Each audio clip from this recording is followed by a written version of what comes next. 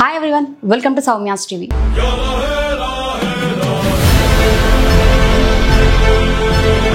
ఇలాంటి ఒక టాపిక్ మాట్లాడుతూ నేను మీ ముందుకు వస్తానని ఎప్పుడూ ఎక్స్పెక్ట్ చేయలేదు. అసలు ఏం జరిగిందో తెలుసా? ఇలాంటి వాళ్లకు అసలు వినాయకుడిని తెచ్చి మండపంలో కూర్చోబెట్టే అంత అర్హతనే లేదు. కడుపుకి అన్నమేగా తింటుంది, గడ్డైతే కాదు కదా. మరి సిగ్గు శరం ఉండాలి కదా. దేవుని పేరు చెప్పుకుంటూ ఇట్లాంటివి చేసుడు ఎంతవరకు కరెక్ట్? ఒకడు తప్పు చేస్తేనేమో మనం వాడిని వెళ్ళి ప్రశ్నిస్తాం, నిలదీస్తాం, చెంపకెట్టి కొడతాం కూడా. కానీ అట్లా మనము ఒకరిని ప్రశ్నించే లిస్టులో ఉన్నప్పుడు మరి మనం ఎలా ఉండాలి? మనము క్రిస్టియన్స్ అలా చేస్తున్నారు, ఇలా చేస్తున్నారు, భ్రష్టు పట్టిస్తున్నారు అని మాట్లాడతాం. మరి వాళ్ళని మనం నిలదీసే ముందు మరి మన దాంట్లో కూడా కొన్ని లోపాలు ఉన్నాయి. ఇక్కడ కూడా ఇలాంటి కొంతమంది నీచులు ఉన్నారు, కిరాతకులు ఉన్నారు.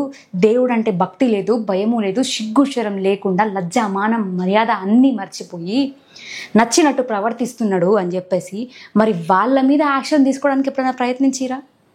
అరే అంటే చాలు దేవతలు, దేవుళ్ళు, మేము దయ్యాలను నిడిపిస్తాం, మేము బాబాలం అని చెప్పుకుంటూ ముందుకొచ్చి మాట్లాడుతున్నారు తప్ప అట్లా ఎవడు మాట్లాడుతున్నాడో వాడిని పట్టుకొని ఒక 4 అంతే ఇంకొకసారి ఇంకొకడు ఎందుకు వస్తాడు? ఇప్పుడు టాపిక్ అది కాదు. కానీ వినాయకుడిని పెట్టిరు. 2 తెలుగు రాష్ట్రాల్లో కూడా వినాయకుడిని భక్తి శ్రద్ధలతోని కొలిచే వాళ్ళు ఉన్నారు. వినాయక చవితి వచ్చింది అంటే చాలు నిష్టగా ఉండే వాళ్ళు ఉన్నారు.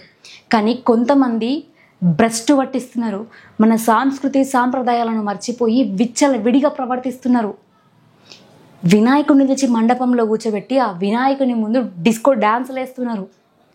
10 మంది అమ్మాయిల్ని పెట్టుకొని వాళ్ళ మధ్యలో వీళ్ళు ఎగురుతున్నారు. ఇది ఒక ఆచారమా? ఇది మన సాంప్రదాయమా?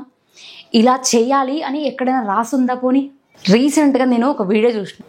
వినాయకుడిని తీసుకెళ్ళి వాటర్లో వేయగానే ఒకడు తొండం పట్టుకుంటాడు, ఇంకొకడు చెయ్యి పట్టుకుంటాడు, ఇంకొకడు తలకాయ పట్టుకుంటాడు. గిన్నిస్ బుక్లో మన పేరు ఎక్కితే ఎంత ఫీల్ అవుతామో, లేకపోతే మనం నంది అవార్డు, ఆస్కర్ అవార్డులు తీసుకున్నా కూడా మనం అంతగానం సెలబ్రేట్ చేసుకోమేమో. కానీ వీళ్ళు వినాయకుడిని అక్కడ ముక్కలుగా అంటే ఒక తల ఒక భాగంగా, చేతులు ఒక భాగంగా, కాళ్ళు ఒక భాగంగా, తొండం ఒక భాగంగా డివైడ్ చేసి ఒక తొండాన్ని ఒకడు పట్టుకొని చేతులైతే ఒకడు పైకి చూపిస్తాడు, ఇంకొకడు కాల్ని పట్టుకొని నేను ఆస్కార్ విన్ అయినా అన్నట్టు చెప్పుకొని సిగ్గు శరం ఉండాలి కదా కొంచెం అన్నా. అట్లాంటి వీడియోలకి ఇంకా కొంతమంది నీచులు కామెంట్లు చేస్తారు, నవ్వుకుంటూ సింబల్ వేస్తారు. అరే మన సంస్కృతి ఏమవుతుంది, మన సాంప్రదాయాలు ఏమవుతుంది? ఇట్లా చేసుడు తప్పురా బాబు, దేవుడి శాపం మీకు తాకుతుంది. దేవుడు ఒకవేళ 3వ కన్ను తెరిస్తే నాశనం అవుతారా, ఆ శివుడు ఊరుకోడు అని చెప్పి ఒక్కడైనా అనుకున్నాడా? వినాయకుడిని చేస్తున్నారు ఇష్టం ఉన్నట్టు. వినాయకుడి ప్రసాదాలు, దేవుడి దగ్గర నుంచి వచ్చిన ఒక్క మెతుకైనా సరే ప్రసాదాన్ని కళ్ళకద్దుకొని తింటాం మనం. కానీ ఆ ప్రసాదం పెట్టే లిస్ట్లో కూడా ఇంకొంతమంది మహానుభావులు ఉన్నారు. మీరు చందా వేసిరా? చందా వేయలేదా? అయితే ఇలా కుదిరేది కొంతమంది. ఇంకా కొంతమంది మీకు చందా వేసిరా? వేస్తే మీరు ఈ లైన్లకు రండి. మీరు చందా వేయలేరా? అయితే మీరు ఈ లైన్లకు పోండి. అంటే చందా వేసినోడికేమో మర్యాద ఎక్కువ ఇచ్చి వాడికి పెట్టే ఫుడ్ వేరుంటుంది, చందా వేయనోడికేమో వాడికి పెట్టే ఫుడ్ వేరుంటుంది. అంటే ఇంట్లో కూడా వ్యత్యాసాలు చూపిస్తున్నారు. దేవుడి దగ్గరికి వచ్చేసరికి మానవులంతా, మనుషులంతా కూడా ఒక్కటే. ఆ దేవుడు అనుగ్రహం లేకపోతే ఎంత కోటీశ్వరుడైనా బికారోడవుతాడు, ఎంత బికారోడైనా కూడా కోటీశ్వరుడు అయ్యే ఛాన్స్ ఉంది దైవానుగ్రహం ఉంటే. కానీ అదే దేవుణ్ణి పెట్టుకొని ఆటలాడతా అంటే ఆ దేవుడు ఎందుకు ఊకుంటాడు? మనం ఎన్నో చూస్తున్నాం, ఎన్నో ప్రళయాలు వస్తున్నాయి, ఎన్నో జరుగుతున్నాయి. ఎందుకు మరి దేవుని ఉగ్రరూపం మనం చూడాలి అనుకుంటున్నామో నాకు ఇంతవరకు అయితే అర్థమైతలేదు. దేవుడి దగ్గర డీజేలు పెడతారు, దేవుడి దగ్గర డీజేలు పెట్టుకోనికే చాలా పాటలు ఉన్నాయి కదా. మరి గివే పాటలు దొరికినాయా పెట్టుకోనికే? మొత్తం ఏదో ఫోక్ సాంగ్స్ ఏదో పెళ్లిళ్ళలో పెట్టినట్టు పెడతారు ఏంది? నాకు అర్థం కాదు. దేవుడికి భక్తితో పాడడానికి భక్తి పాటలు ఉన్నాయి కదా, ఎన్ని పాటలు లేవు? జై జై గణేష అని కానీ, లేకపోతే గణేశుడి పాటలు బొచ్చడు ఉన్నాయి. దీవించయ్యా స్వామి, ఇట్లాంటి సాంగ్స్ కూడా చాలా ఉన్నాయి కదా. మరి ఈ పాటలన్నీ ఏమైనాయి? పాటలు మనం పెట్టుకుంటే ఆ పాటలలో మనకు ఊపు రావాలేమో, భక్తి రావద్దేమో. ఈ రోజులలో భక్తి కంటే కూడా ఎక్కువ ఊపు వస్తే చాలరా బాబు పాటలలో అనుకుంటున్నారు. సరిపోద్దా? మరి దేవుడు అనుగ్రహం వద్దా? మీరు ఎందుకు పెట్టిరు? దేవుడు మనల్ని చల్లగా చూడాలనే కదా. మరి అదంతా కూడా మర్చిపోయి ఈ చిల్లరేషాలేంది, చిల్లర పంచాయతీలేంది, డబ్బులు ఇవ్వకపోతే ఒక లైన్లో నిలబెట్టుడేంది, దేవుడిని తీసుకువెళ్ళి విచ్చలవిడిగా వేసి తొండాలు పెట్టుకొని ఆటలాడేంది. ఇంకా కొంతమంది ఉంటారు, వీళ్ళైతే నంబర్ 1గా, వీళ్ళని ఎవరితో పోల్చినా కూడా తక్కువనే. ఎందుకో తెలుసా? దేవుడు వచ్చి నన్ను పెట్టునైనా అని నీతో చెప్పలేదు. కానీ ఆ దేవుడిని తెచ్చి నువ్వు నీ దగ్గర పెట్టినప్పుడు ఎంత నిష్టగా ఉండాలి? మరి ఆ నిష్టలు ఆ నియమాలు మర్చిపోయినావా? దేవుణ్ణి కదిలించేటప్పుడు తీసుకెళ్ళి మొక్కి మంచిగా వాటర్లో వదిలేయాలి, కానీ తీసుకెళ్ళి ఇష్టం వచ్చినట్టు పడేస్తారు. ఆట బొమ్మనా దేవుడు అంటే? లేకపోతే బంతి ఆట నాకు తీసుకురే, నీకే సెన్స్ ఉందా? మనిషివే కదా నువ్వు. ఒకరికి చెప్పే సిచ్యువేషన్లో ఉండాలి, కానీ నువ్వే ఇట్లాంటి చిల్లర పనులు చేస్తే ఇంకొకరు నిన్ను చూసి ఏం నేర్చుకుంటారు? ఇష్టం వచ్చినట్టు పడేస్తాడు. అరే దేవుణ్ణి పడేస్తున్నప్పుడు నిజంగా దేవుడికి నోరు ఉంటే అరే నన్ను లెత్తేయకండ్రా నాయనా అని చెప్పి ఎంత మొత్తుకున్నట్టు నాకు అర్థమైతలేదు.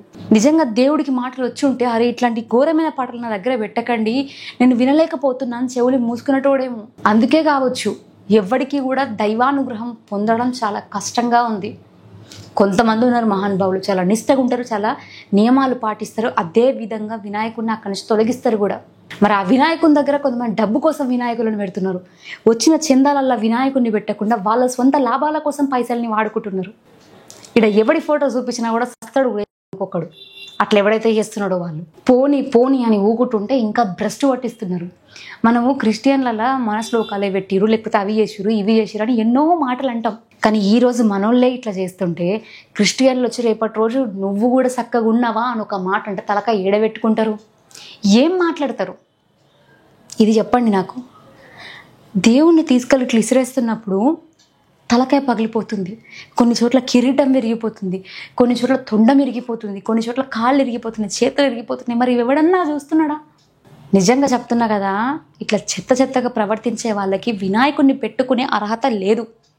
టు బి హానెస్ట్గా ఇంకొక మాట చెప్తా, ఎవడైతే ఇట్లా విచ్చలవిడిగా ప్రవర్తిస్తున్నాడో వాళ్ళందరికీ చెప్తున్నా, దేవుణ్ణి పెట్టడం మానేయండి. దేవుడు అస్సలు ఫీల్ కాడు మీరు పెట్టడం మానేసినా కూడా.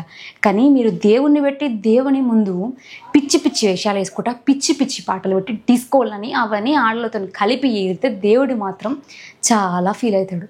నిజంగా దేవుడికి నిజంగా మనకు కనిపించుంటే దేవుడు ఏడుస్తున్న దృశ్యాలను మనం ఎన్ని చూసుంటాము.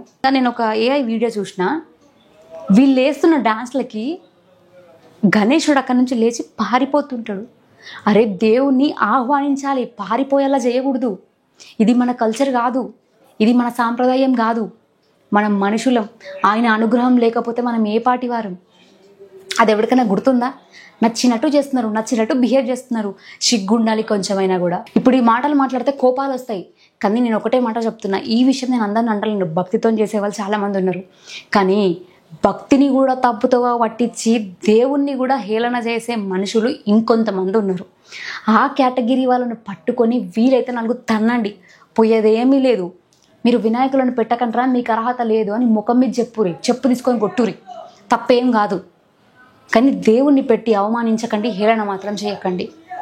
నేను ఈ విషయంలో మాత్రం ఒకటి చెప్తా, నెక్స్ట్ టైం నుంచి ఇట్లా ఎవరైతే పిచ్చి పిచ్చి చేసాలేసిరో వాళ్ళు ఎవరు దేవుణ్ణి పెట్టకురబ్బా. అనవసరంగా దేవుణ్ణి పెట్టి ఆయనను ఏడిపించి నవ్వుల పాలు చేసి 10 మంది ముందు అవమానించకండి. ఒక మనిషి అయితేనేమో ఒక 10 మంది ముందర ఒక మాట అంటే తీసుకోలేడు, మరి దేవుణ్ణి అక్కడ కూర్చోబెట్టి అరే మాట్లాడతలేడు కదా చూస్తలేడు కదా అని విచ్చలవిడిగా చేస్తుంటే మరి దేవుడు ఎందుకు ఊరుకుంటాడయ్యా? ఒక్కడికన్నా తెలివి ఉందా కనీసం? నిజంగా దేవుడికి మాటలు వచ్చు. సో ఫైనల్గా ఒకటే చెప్తున్నాను, నేనైతే దేవుణ్ణి పెట్టాలి అనుకుంటే ఇట్లాంటివి ఏవి చేయకుండా ఉంటాను, నిష్టగా ఉంటాను అంటే చేయండి. గల్లీకి ఒక వినాయకుడిని, వీధికి ఒక వినాయకుడిని పెట్టడం గొప్ప కాదు. ఆ ఏరియా మొత్తంలో ఒక్క గణపయ్య ఉన్నా కూడా ఆ గణపయ్యను భక్తి శ్రద్ధలతో పూజించడమే గొప్ప.